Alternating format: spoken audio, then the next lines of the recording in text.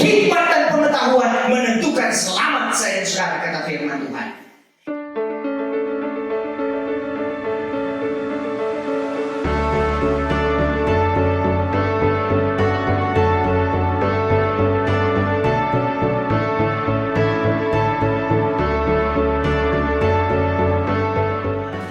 Shalom, salam sejahtera buat kita semua.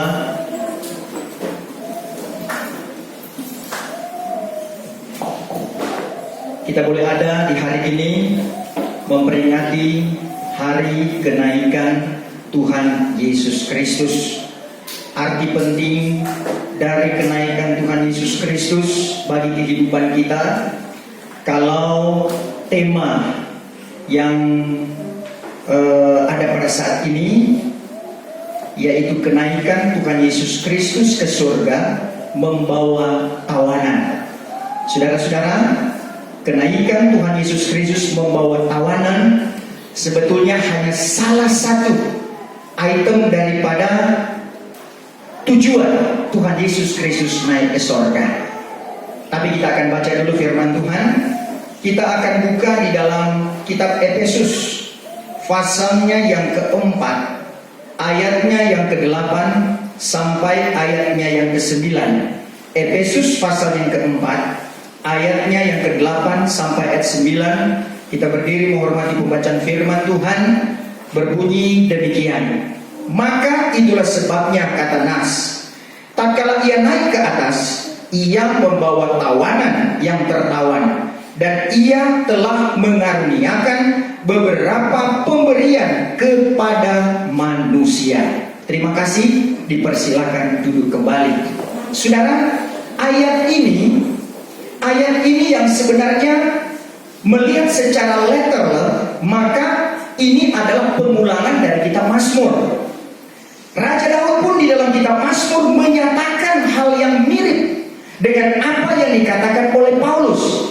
Kita tahu bahwa Paulus menyuratkan kepada sidang jemaat yang ada pada masa itu, dia selalu berdasarkan kepada Galatia 1 ayat 11-12. Injil yang kuterima, bahkan itu juga yang diberikan kepada jemaat-jemaat Tuhan, itu bukan pendapatannya manusia atau dipelajari dengan akalnya manusia, akan tetapi itu semua adalah wahyu daripada Tuhan Yesus Kristus. Tidak mengapa kita baca dulu itu Galatia 1 ayat 11-12, supaya dari ayat ini pun menjadi tumpuan dari penjelasan dari hal kenaikan Tuhan Yesus Kristus ke sorga. Mari kita baca ayat itu. Galatia 1 ayat 11 mulai.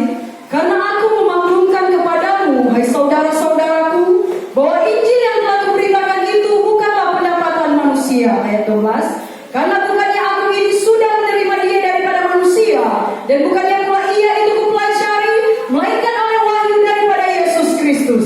Melainkan oleh wahyu daripada Yesus Kristus. Ini perlu sekali menjadi dasar pokok dalam kehidupan kita, karena penguraian apapun dalam kebenaran firman Tuhan, kalau tanpa wahyu daripada Tuhan Yesus Kristus, dia bisa melenceng ke kiri, dia bisa melenceng ke kanan. Pada akhirnya jalan yang lurus tidak bisa kita dapatkan. Tetapi dengan pemberian Tuhan, pengajaran Tuhan akan selalu membawa kita kepada jalan yang lurus itu. Dengan hal yang demikian akan membuka itulah mata rohani kita, bahwa sesungguhnya Tuhan membuat perkara-perkara yang besar.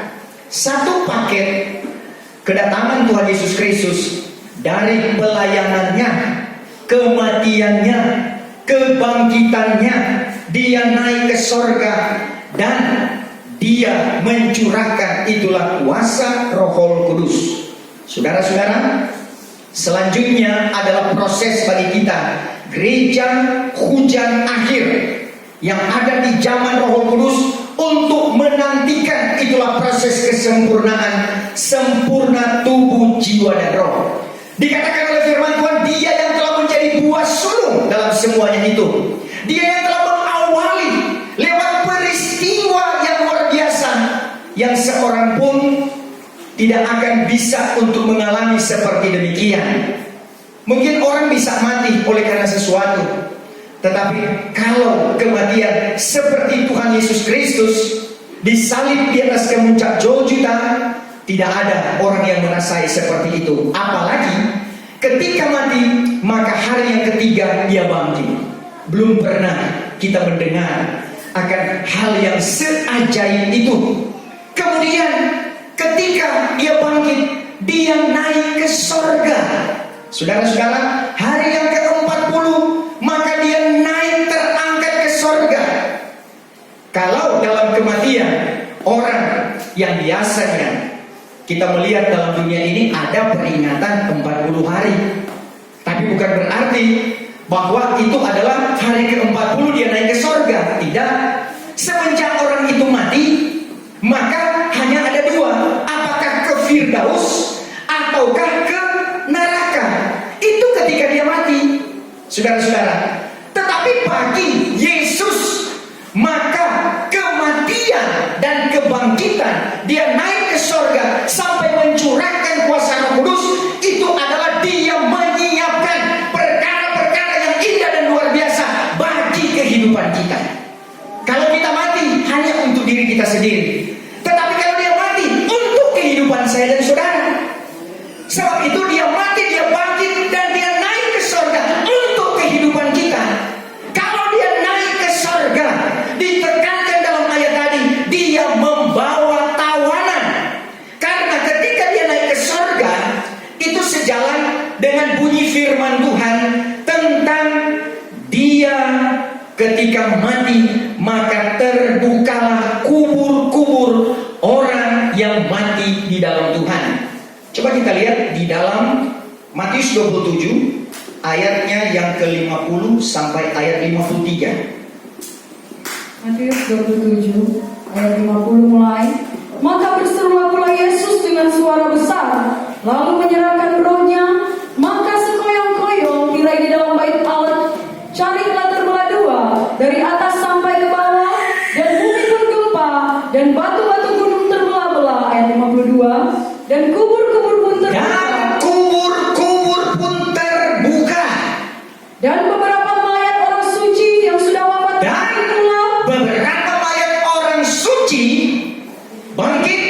bangkit pula dan keluar daripada kuburnya.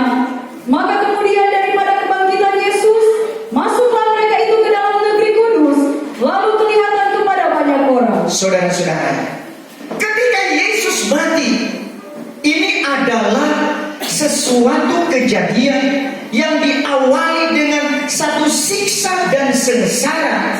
Pada waktu Yesus dia digantung, dipakukan di atas kemuncak Golgota, maka akhirnya dia mati. Dia menghembuskan nafasnya, dia katakan sudah genap. Awalnya dia dalam sukar dan sulit menghadapi, merasakan getirnya akan digantung kepada salib, dipakukan kepada salib. Dia berkata, Eli, Eli, lama sabachthani. Artinya, ya Allahku, mengapa engkau meninggalkan aku? Saudara-saudara, dia merasa secara tubuh sakit sekali. Saudara-saudara, tetapi dalam semuanya dia katakan bahwa kehendak Bapa itulah yang terjadi. Dan akhirnya dia menyerahkan akan rohnya. Terjadi satu gempa yang luar biasa. Terjadi satu keadaan yang sampai para laskar pun takut. Apa yang terjadi ini? Saudara-saudara, ketika dia mati, tercarilah itulah tirai di bait Allah. Jadi ada beberapa hal itu yang terjadi. Ini adalah bagian yang telah dinyatakan oleh Bapa, kejadian kepada Tuhan Yesus Kristus, bahwa memang untuk menebus dosa itu tidak mudah. Yesus Kristus sebagai Tuhan, tapi secara daging toh dia merasakan pahit dan getirnya. Kalau kita merasakan kesukaran, kita merasakan kesulitan, karena memang hidup kita adalah daging jua adanya. Ya memang hal seperti itu. tapi dia adalah Tuhan. Itu sebabnya dikatakan dia merendahkan dirinya serendah-rendahnya. Untuk apa? Menjangkau kehidupan kita orang yang rendah, menjangkau kita orang yang miskin dan papa, kata firman Tuhan. Tetapi dia mengangkat kita melalui pengorbanannya. Jadi untuk naik ke sorga itu bukan simsalabim langsung naik, tidak, saudara-saudara. Akan tetapi ada proses yang menyakitkan yang telah dialami oleh Yesus Kristus. Sebab itu ketika dia naik ke sorga, itu adalah merupakan satu kemenangan dalam sebuah perjanjian yang dinyatakan oleh firman Allah. Sebab itu tujuan Tuhan Yesus Kristus naik ke sorga, salah satunya adalah membawa tawanan yang dinyatakan di dalam ayat tadi. Saudara, dari zaman Habel, orang yang mati di dalam Tuhan, mereka itu berada di alam bersah. Mereka berada di dunia orang mati. Mereka ada di kubur-kubur orang mati. Tetapi saudara-saudara, inilah tujuan Yesus naik ke sorga. Salah satunya bahwa ketika dia masuk ke alam maut, dia mengambil itulah kunci alam maut daripada kuasa kegelapan, sehingga maut itu dikalahkan. Saudara-saudara, sehingga orang yang hidup dalam Kristus tidak berada dalam kuasa maut, akan tetapi dibebaskan oleh Tuhan Yesus Kristus. Bukan berarti orang yang mati di dalam Tuhan mereka tersiksa, tidak, saudara-saudara. Orang yang mati di dalam Tuhan mereka tidak tersiksa sama seperti dari zaman Kain. Dari zaman Kain orang yang mati di luar Tuhan itu tersiksa, karena dia berada di dalam itulah kebinasaan, itulah dalam neraka, saudara-saudara. Dalam kitab Wahyu yang sudah dibahas pada waktu yang lalu, ada yang disebut neraka pertama dan ada neraka yang kedua. Neraka yang pertama itu disimpannya orang-orang di situ untuk menanti kebangkitan yang kedua. Jadi ada neraka pertama, ada neraka kedua. Ada kebangkitan pertama, ada kebangkitan kedua. Kalau kebangkitan pertama itu adalah kebangkitan bagi orang yang mati di dalam Tuhan. Kebangkitan kedua itu adalah pemindahan daripada orang yang berada di neraka pertama, mereka masuk ke kursi pengadilan Kristus, 2 Korintus 5 ayat 10, dan kemudian mereka akan masuk kepada neraka yang kekal untuk selama-lamanya. Apa beda neraka pertama dan neraka kedua? Neraka pertama itu panasnya dirasakan bagian luar saja, saudara-saudara. Tetapi neraka yang kekal itu luar dalam. Saudara pilih mana? Jangan pilih itu, saudara-saudara. Pilih itulah sorga yang kekal. Di situ ada kesenangan luar dalam. Saudara-saudara, kapan? Sampai kapan? Tidak ada kalender di sana. Jadi sebagaimana sorga itu tidak ada kalender, pada waktu di neraka pun tidak ada kalender, saudara-saudara. Semua adalah kekal untuk selama-lamanya. Makanya dalam dunia ini jangan salah pilih, saudara-saudara. Istilahnya kalau salah memasak, dari nasi jadi bubur bisa dimasak lagi, saudara-saudara. Katanya kalau salah gunting rambut, tak salah gunting rambut, 1 bulan kemudian dia bisa kembali, ya, dan lain-lain. Tapi kalau salah jalan, salah juru selamat, saudara-saudara, itu kekal selama-lamanya, tidak akan kembali. Sekali salah berpijak, masuk dalam kebinasaan, tidak pernah kembali. Tetapi sekali kita berada pada jejakan yang benar, bertahan sampai langkah yang terakhir, saudara-saudara, masuk surga yang kekal, sudah berarti kemenangan untuk kekal selama-lamanya. Sekarang ini kita masih berada di sini untuk kita diuji sedemikian rupa. Sebab itu firman Tuhan katakan, kitab Petrus, kita seperti orang musafir yang menumpang di dalam dunia ini. Ya, mari kita baca ayat itu. 1 Petrus pasalnya yang ke-2, ke-11. Hai kekasihku, aku minta kepadamu seperti kepada orang musafir, orang yang menumpang di dunia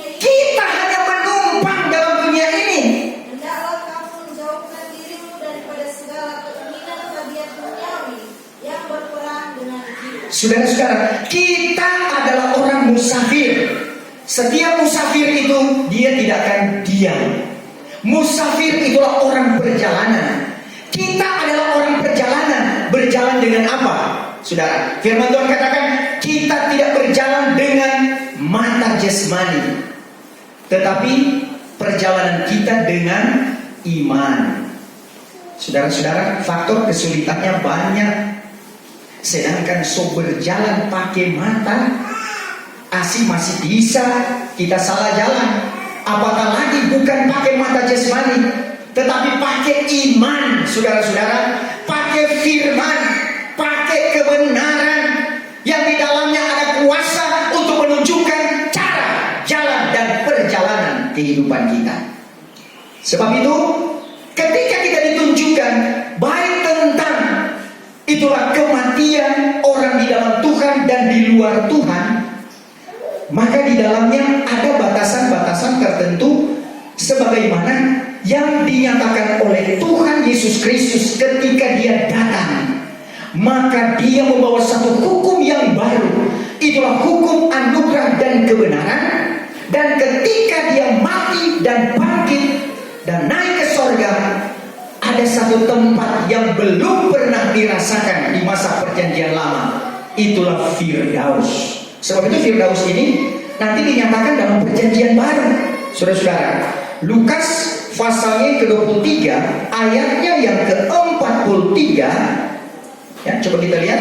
Lukas 23 ayat 43. Maka kata Yesus kepadanya, dengan sesungguhnya aku berkata kepadamu, hari ini juga kau bersama-sama dengan aku di dalam Firdaus. Saudara, baru Firdaus itu dinyatakan.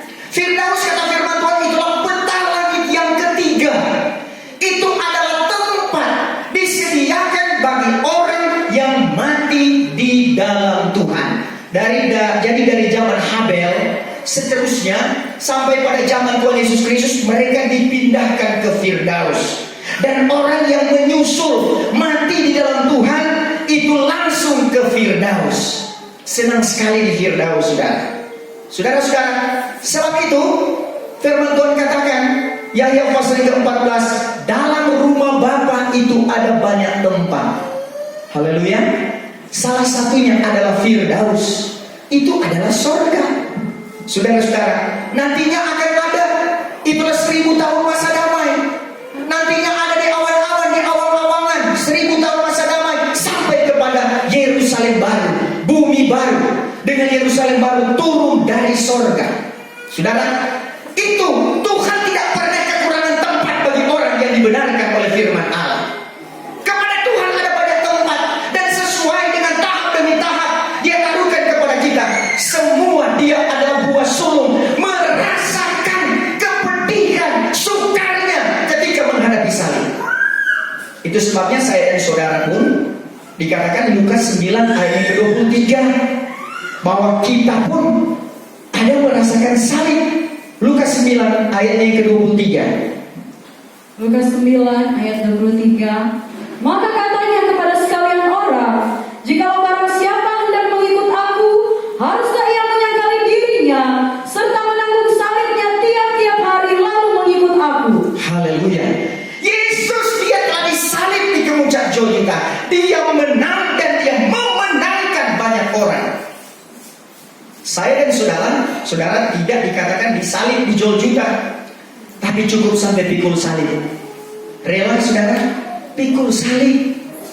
Biar saudara tidak mau, harus mau. Saudara-saudara, saudara tidak bisa tolak. Kita tidak bisa tolak salib itu. Yang kita minta adalah kekuatan dari Tuhan. Kita tidak bisa katakan, Tuhan, lalukan salib ini. Yesus dia pernah berkata, kalau boleh cawan ini lalulah. Tetapi diakhiri dengan kehendak Bapa, itulah yang terjadi. Saya dan saudara menghadapi kesulitan dan kesukaran, kita pun pasti banyak berdoa berkata, Tuhan, kalau boleh tidak terjadi seperti ini. Tapi jangan lupa, doa yang terakhir, kehendak Tuhanlah yang jadi. Mau seperti itu saudara? Karena kehendak Tuhan itu tidak pernah salah. Kehendak Tuhan itu selalu tepat. Kehendak Tuhan itu membawa kepada kita dengan keberkatan adanya. Saudara, kalau Abraham, dia bisa saja untuk meminta kepada Tuhan ketika mempersembahkan Ishak. Saudara-saudara, Tuhan katakan, pergi kamu ke tempat yang kutujukan kepadamu, kemudian korbankanlah anak ini, anak satu-satunya. Bayangkan saudara-saudara, anak satu-satunya harus dikorbankan. Jangankan anak satu-satunya, sedangkan ada anak 4, ada anak 5, mau ambil akan satu, pasti akan berdamai dengan Tuhan. Sudah, ini satu-satunya, ambil satu, saudara-saudara. Kalau itu Abraham katakan, Tuhan, tidak usah kok jauh-jauh, tidak usah saya berjalan jauh, yang dekat saja. Ya, bisa saja Tuhan iyakan, tapi anaknya pasti hilang. Tapi karena dia nyatakan kehendak Allah itulah yang jadi, sehingga dia diberikan label yang besar, Abraham, bapa segala orang percaya. Mau percaya kepada firman Tuhan, percaya kepada kabar kesempurnaan, percaya kepada kabar pengantian Kristus.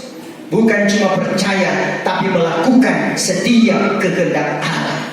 Kalau kita melakukan, baru kita merasakan bagaimana salib itu. Ya, Wahyu 10 ayat 10, kabar kesempurnaan kalau kita dengar, manisnya seperti air madu. Tapi ketika dia masuk dalam perut, artinya ketika kita mulai mempraktekkan, mulai berkata aduh, mulai berkata oh Tuhan, mulai berteriak Tuhan tolong, mulai berkata Tuhan jangan tinggalkan saya. Tapi kata-kata itu pun Tuhan mau dari perkataan kita. Yang penting dengan tulus hati. Tapi kalau sudah lebih dari itu, kalau mulai berkata, oh Tuhan, sampai di sini saja, saya tidak mau lagi meneruskan perjalanan ini, berarti kalah. Kita bukan menjadi orang-orang yang kalah, tapi kita menjadi orang-orang yang menang. Karena Tuhan sudah mengerjakan lewat proses kematian, kebangkitan, dan dia naik ke sorga, memberikan kepada kita satu jalan yang begitu indah dan luar biasa. Sehingga dia membawa tawanan, dia sudah buktikan itu dengan terbukanya kubur-kubur orang yang sudah mati di dalam Tuhan. Mereka itu dipindahkan menuju ke Firdaus. Firdaus adalah tempat yang senang. Haleluya. Coba saudara bayangkan itu Firdaus, tempat yang paling menyenangkan. Saudara mau dengan Firdaus? Haleluya. Haleluya saudara. Haleluya. Karena Tuhan, jangan sampai kami ke itulah neraka pertama. Jangan saudara-saudara. Harus yang kita minta adalah Firdaus. Mau Firdaus saudara? Haleluya. Semua suka sekarang? Jangan dulu Tuhan. Ya, jangan dulu sekarang. Nanti. Yang memang selalu kehendak Tuhan yang jadi. Karena Tuhan masih berkehendak kita untuk mengiring menjadi berkat kepada orang lain. Masih banyak yang perlu kita kerjakan untuk menjadi kekuatan bagi orang lain, membangkitkan iman orang lain. Bukankah itu tujuan gereja? Bukankah itu tujuan kita bersama-sama, saling menguatkan satu dengan yang lain, saling memberikan pertumbuhan satu dengan yang lain. Dengan apa? Pengajaran yang sempurna. Di luar daripada pengajaran ini, saudara-saudara, tidak bisa dipertanggungjawabkan. Karena semua harus dipertanggungjawabkan di hadapan Tuhan dengan makanan yang benar, dengan minuman yang benar, makanan rohani, minuman yang rohani, yang sebagaimana diberikan oleh Tuhan. Semua itu akan dipertanggungjawabkan kepada Tuhan. Makanya Tuhan katakan, jangan semua kamu jadi guru. Karena kalau jadi guru kemudian salah mengajar, akan menerima hukuman yang jauh lebih berat. Jadi kalau menjadi guru kemudian salah, maka saudara dia akan menerima hukuman lebih daripada jemaat yang dia ajar. Kalau jemaat di neraka paling atas, kalau gurunya itu neraka paling bawah. Saudara-saudara, makanya kita saling mendoakan supaya kita semua berada pada tingkat bukan di neraka tapi di Yerusalem baru. Yerusalem baru itu tingkat ke atas, saudara-saudara. Kalau nerakanya tingkat ke bawah. Itu yang disebut lubang yang tak terduga dalamnya, neraka yang kekal selama-lamanya. Saudara-saudara, dia membawa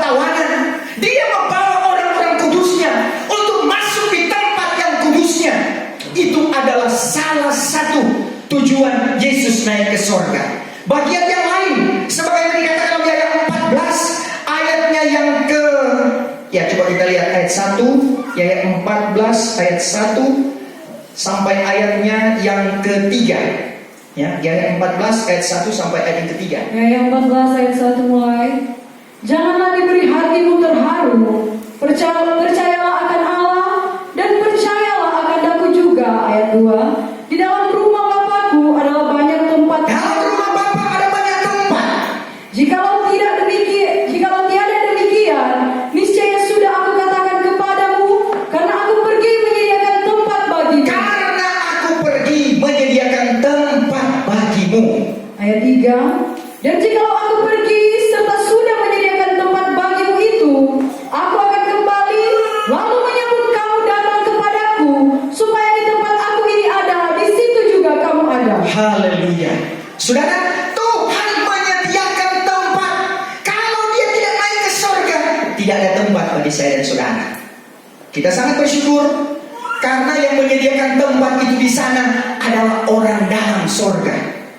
Haleluya. Kalau ke sorga, kita punya orang dalam di sorga. Yaitulah Tuhan Yesus Kristus. Tidak akan pernah salah, saudara. Tapi Dia yang adil. Saudara, kalau toh salah, kalau toh tidak benar, maka justru Dia sendiri yang akan mencegah, oh orang ini jangan masukkan. Kenapa? Dia belum seturut dengan kebenaran firman Tuhan. Saudara-saudara, jalannya masih belum. Saya dan saudara, kita diberikan, disediakan. Itulah satu pemberian yang besar oleh Tuhan. Sebab itu Dia siapkan tempat itu. Filipi 3 ayat yang ke-20.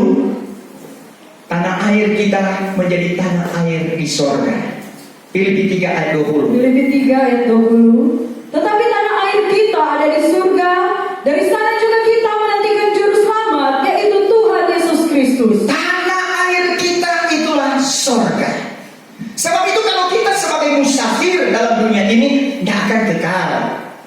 Saudara, seberapa besar perawatan tubuh kita, tidak akan kekal itu tubuh secara jasmani dalam dunia ini. Ya, sekali waktu dia akan berakhir ini tubuh, saudara-saudara. Akan tetapi Tuhan menyediakan ada tanah air di sorga. Haleluya. Sebab itu memerlukan paspor untuk ke tanah air itu. Kalau kita mau ke Amerika, paspornya cuma sampai di Malaysia, cuma sampai Asia Tenggara, tidak akan tembus ke sana, saudara-saudara. Ya, kita perlu paspor yang benar. Paspor pun jangan palsu, harus paspor yang asli, saudara-saudara. Kalau saya lihat paspor zaman dulu, paspor zaman-zaman mungkin tahun 70-an, itu ditulis di situ, wajahnya lonjong, kulitnya kuning, matanya sipit, ditulis seperti itu, saudara-saudara. Jadi bagaimana kehidupan kita semua tertulis di situ, ya. Kalau tidak sesuai dengan kriteria, tidak bisa, saudara-saudara. Buat paspor sekarang, satu huruf saja salah itu bisa merepotkan, ya. Mesti pergi ulang ke kecamatan, mesti ada surat keterangan, cuma satu huruf yang salah, saudara. Apabila tidak cocok antara KTP dengan akte kelahiran, saudara-saudara, lebih lagi itu, saudara. Jadi pendataannya itu sangat presisi, sampai detil, hal yang terkecil.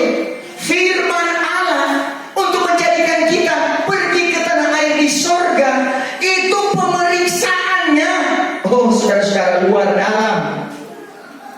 Mau lolos, saudara? Lakukan. 66 kitab itu tidak pernah kurang bagi kehidupan saya dan saudara. Kemudian syaratnya harus sempurna. Ini yang sulit sebetulnya. Syarat untuk ke sana mesti sempurna, tubuh, jiwa dan roh. Dan hanya firman Allah dan Roh Kudus bisa melakukan itu. Saudara, jangan dipalsukan, itu sempurna. Tuhan memberikan kepada kita kebenaran firman-Nya. Itu sangat lengkap untuk menjadi perhiasan, untuk menghiasi kehidupan kita, mempercantik saya dan saudara secara rohani. Sama seperti Sulaiman, dia memilih Sulamit. Kenapa? Karena cantik. Saudara, faktor itu pasti ada dalam kriteria seorang pria memilih seorang wanita. Amin, Bapak-bapak. Pasti ada faktor karena itu. Demikian juga Tuhan memilih saya dan saudara di dalam hal kecantikan rohani. Cantik di luar untuk dipandang orang, kita orang percaya yang sesungguhnya. Cantik di dalam, apa yang kita berikan kepada orang lain itu bisa diterima jadi satu berkat. Haleluya, saudara. Hati kita, kerinduan kita, agar supaya bukan hanya kepada mereka-mereka yang dibawa, yang Yesus katakan dia membawa tawanan ke sana, tetapi kita pun bisa dibawa ke sana.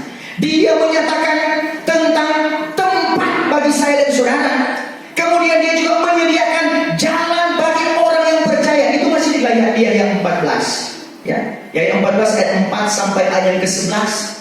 Sehingga dia katakan, aku inilah jalan dan kebenaran dan hidup. Seorang pun tidak bisa sampai kepada Bapa kecuali melalui aku. Kemudian naiknya dia ke sorga.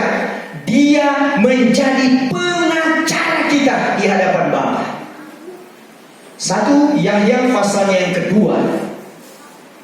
1 Yahya 2 ayat 1 mulai. 1 Yahya 2 ayat 1 mulai. Hai anak-anakku, inilah kusuratkan kepadamu, supaya jangan kamu berbuat dosa. Dan jikalau barang seorang berbuat dosa, maka kita ada seorang juru syafaat kepada Bapa. Maka kita ada seorang juru syafaat kepada Bapa, yaitu Yesus Kristus yang benar itu. Ayat 2. Dan Ia menjadi korban perdamaian karena segala dosa kita. Bukannya karena dosa-dosa kita saja, melainkan karena dosa seisi dunia ini juga. Sampai di situ. Jadi dia juga sebagai juru syafaat saya dan saudara. Dia menyambung, ya, hubungan kita dengan Bapa di sorga. Sebab itu dalam Yahya pasal yang ke-17, di sana tetap menjadi kerinduan daripada Yesus. Sampai sekarang ini masih berlaku itu. Biarlah semuanya jadi satu ya Tuhan. Amin. Jangan bersatu-satu. Apalagi kita di dalam pengajaran kebenaran firman Tuhan harus menjadi satu, menyatu bersama dengan Dia. Kita menjadi satu roh. Kalau menjadi satu roh dengan Dia, maka roh Tuhan yang akan bersama-sama dengan kita, memimpin dengan satu komando, dengan satu jalan yang Dia berikan kepada kita, tidak akan goyah. Semua kalau satu komando, semua kalau satu yang memimpin kita, itulah Dia yang adil dan benar, tidak akan salah jalan. Jadi dia sebagai pengacara kita, ya, dia juga sebagai juru syafaat kita. Bahkan dia pergi naik ke sorga untuk menyatakan dan mengirimkan rohnya. Dengan Yesus naik ke sorga, maka perjanjian Roh Kudus, Lukas 24 ayatnya yang ke-49. Lukas 24 ayatnya yang ke-49. Lukas 24 ayat 49. Dan tengoklah, aku ini menurunkan ke atasmu perjanjian Bapakku, tetapi kamu ini nantilah di dalam negeri ini, sehingga kamu dilengkapi dengan kuasa dari tempat yang maha tinggi. Ketika Tuhan menyatakan perjanjian itu nanti terjadi ketika dia naik ke sorga. Saudara-saudara, penting sekali Tuhan Yesus naik ke sorga, sehingga dia mencurahkan Roh Kudus hari yang ke-50 dari kematiannya, kebangkitannya, saudara-saudara. Maka terjadilah hari Pentakosta. Ketuanan Roh Kudus terjadi di Yerusalem, sehingga 120 murid mereka dipenuhi dengan Roh Kudus, berkata-kata dengan berbagai-bagai bahasa. Tuhan nyatakan itu terus pekerjaan Roh Kudus dari abad datang kepada abad, sampai kepada abad yang ke-19. Diawali dengan peristiwa yang ada di Amerika, yang terkenal itulah di Jalan Azusa. peristiwa Azusa Street, saudara. Bagaimana kegerakan Roh Kudus yang dirasakan, ada getaran yang luar biasa. Bagaimana kegoncangan, bukan kegoncangan oleh gempa yang akan meruntuhkan atau membuat manusia celaka, tetapi ini adalah kegoncangan oleh kuasa Roh Allah, menggetarkan kehidupan mereka. Mereka dipenuhi dengan Roh Kudus, sehingga pekerjaan Tuhan semakin jaya, pekerjaan Tuhan semakin luas, semakin lebar, dan puji Tuhan boleh sampai di tempat kita. Sehingga saat ini kita boleh menikmati bagaimana firman Allah. Saya dan saudara, kekristenan kita bukan hanya sekedar labelnya di KTP kita adalah orang Kristen, tetapi bagaimana kita menangkap semua apa yang telah diberikan oleh Tuhan untuk kita lakukan. Kebenaran itu perlu dinyatakan. Kebenaran jangan disimpan sendiri. Saudara-saudara, orang ketika dia makan, dia pakai suplemen untuk kekuatan dirinya. Saudara-saudara, jangan disimpan itu. Ketika pakai suplemen kekuatan, kemudian langsung tidur, nggak ada manfaatnya. Tapi dipakai untuk pekerjaan, dipakai untuk aktivitas tiap-tiap hari, maka berfungsi itu dengan baik. Tuhan memberi kuasa kepada saya dan saudara. Kuasa ini adalah kuasa yang ajaib. Ketika dia berikan itu kepada kita, maka lancarkanlah semangat kita untuk berjuang, untuk menyatakan akan kebenaran dalam pekerjaan Tuhan. Baik jemaat, baik hamba-hamba Tuhan, semua dilingkupi dalam Kisah 1 ayat 8. Ketika Roh Kudus itu turun ke atas kamu, maka kamu beroleh kuasa untuk kita menjadi saksi di Yerusalem, Yudea, Samaria, sampai ke ujung bumi. Kemudian itulah yang akan menjadi kegunaan daripada kuasa yang ada pada kita, yang diberikan oleh Tuhan kepada saya dan saudara. Dia mengirimkan Roh-Nya yang sudah terjadi semenjak hari Pentakosta, dan terus itu berlangsung sampai hari ini, bahkan sampai hari kesempurnaan gereja Tuhan. Selama Injil Kerajaan itu dinyatakan, Injil Kerajaan berlaku sampai kepada keangkatan gereja Tuhan. Makanya zaman Roh Kudus itu dalam masa kelepasan untuk menjadikan gereja pengantin Kristus itu sampai kepada keangkatan gereja Tuhan. Itu sebabnya kalau pada waktu umat Israel mereka di padang belantara membawa alat-alat, termasuk alat-alat tabernakel yang di dalamnya ada pelita emas. Pelita emas berbicara tentang pekerjaan roh yang sempurna untuk sekarang ini. Sekarang kaki dia atau pelita emas dengan rencana Allah yang pada waktu abad pertama ada di Asia Kecil, pekerjaan Tuhan mulai dari sana. Kemudian abad pertengahan yang kedua berada di Eropa, sehingga orang-orang Eropa dipakai oleh Tuhan luar biasa dengan kuasa Roh Kudus. Kemudian abad yang ke-19 masuk abad yang ke-20, kemudian berada di Amerika, orang-orang Amerika bisa dipakai oleh Tuhan, sehingga ada hamba-hamba Tuhan yang bisa ke mancanegara untuk memberitakan akan Injil firman Tuhan. Tapi akhir abad yang ke-20 sampai sekarang ini, sampai seterusnya, sampai pencegahan gerakan besar, maka kaki dia itu ada di Asia, ada di Asia Tenggara, ada di Indonesia. Haleluya saudara. Kaki dia ini, itulah pekerjaan roh yang sempurna. Kapan dia akan berakhir? Saudara-saudara, nanti ketika gereja Tuhan terangkat, itu sama dengan pelita emas. Ketika tabernakel itu dibongkar, akan kembali mengadakan perjalanan umat Israel, maka pelitanya harus dipadamkan, kemudian ditutup dengan kain, dibawa berjalan. Sebab itu pada keangkatan gereja Tuhan, maka terwujudlah firman Tuhan berkata, maka nubuat akan berhenti, karunia roh akan berhenti. Kenapa? Karena kita diangkat di awal-awal, itu akan ketemu dengan Tuhan. Mana yang lebih mulia? Bicara jarak jauh atau ketemu muka dengan muka?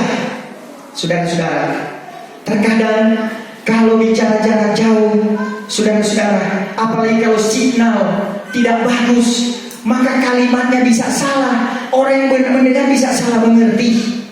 Saudara-saudara, demikian juga zaman sekarang, firman Tuhan sudah nyatakan demikian.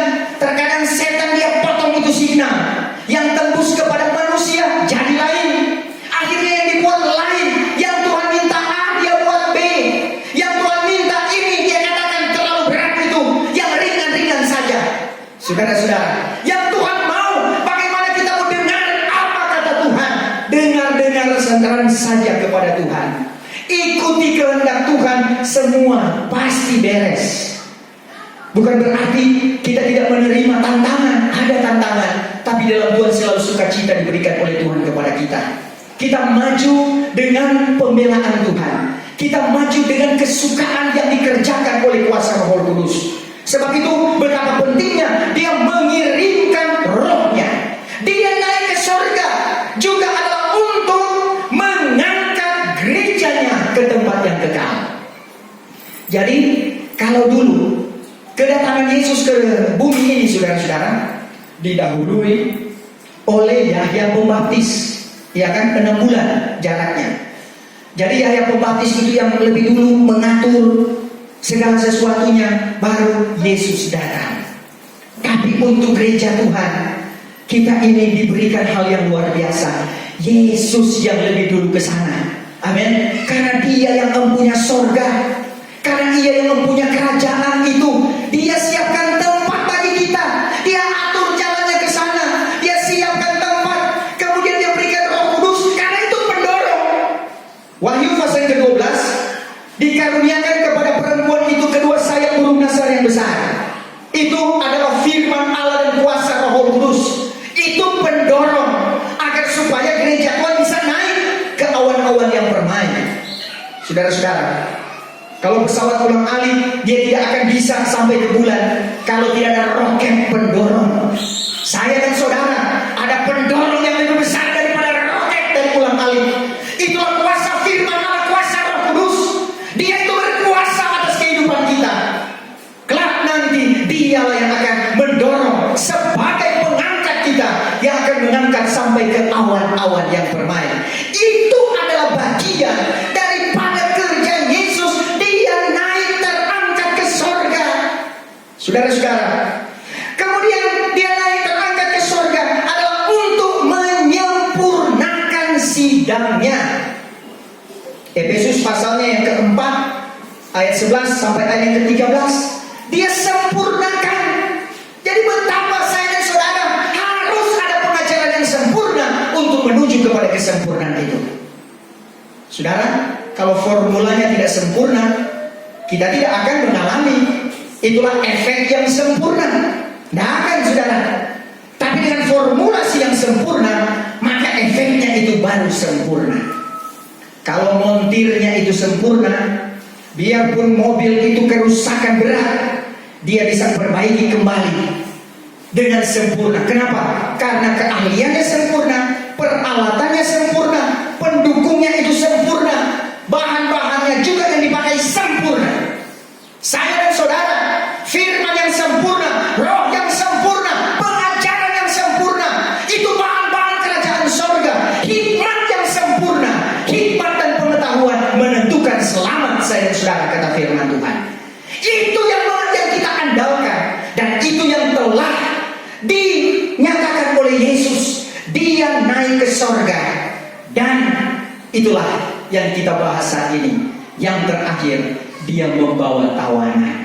Saudara-saudara, orang-orang yang mati di dalam Tuhan dibawanya ke Firdaus. Kalau saya dan saudara, kita di prosesnya menjadi orang merdekanya Tuhan, langsung ke Firdaus. Kalau orang mati dalam Tuhan, langsung ke Firdaus. Tidak lagi ke alam bersah, tidak lagi ke kubur orang mati, langsung ke Firdaus. Haleluya. Apalagi gereja akhir zaman, gereja yang disempurnakan oleh Tuhan. Betapa kasih Tuhan kepada saya dan saudara. Inilah baru dikatakan pengertian sedalam-dalamnya tentang Yahya 3 ayat yang ke-16. Demikianlah kasih Allah akan dunia ini diberikan anaknya yang tunggal, supaya barang siapa yang percaya akan Dia, tentunya melakukan akan firman-Nya, sehingga persiapan ini dengan banyaknya. Itulah bagian yang menjadi tujuan Yesus naik ke surga. Itulah kasih daripada Bapa memberikan anaknya yang tunggal.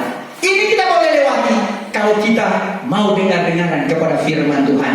Dia siapkan semuanya. Dia siapkan jalan, Dia siapkan Roh Kudus, Dia siapkan materi-materinya. Dia menjadi pengacara kita, Dia mengangkat saya dan saudara, Dia menyempurnakan Saudara, dia siapkan segala sesuatu yang sangat menentukan untuk perjalanan hidup saya dan saudara. Sebab itu mengartikan hari kenaikan Tuhan Yesus Kristus. Mari saudara, kita bersyukur kepada Dia. Ternyata ada banyak hal yang dilakukan oleh Tuhan bagi saya dan saudara. Ternyata ada banyak sekali hal-hal yang sangat terkecil untuk kehidupan kita. Kalau kita sadari itu, kita bukan hanya mengucap syukur kepadanya, tetapi kita melakukan setiap kehendak Tuhan. Dan kita pun akan berkata, walaupun salib hentak aku terus,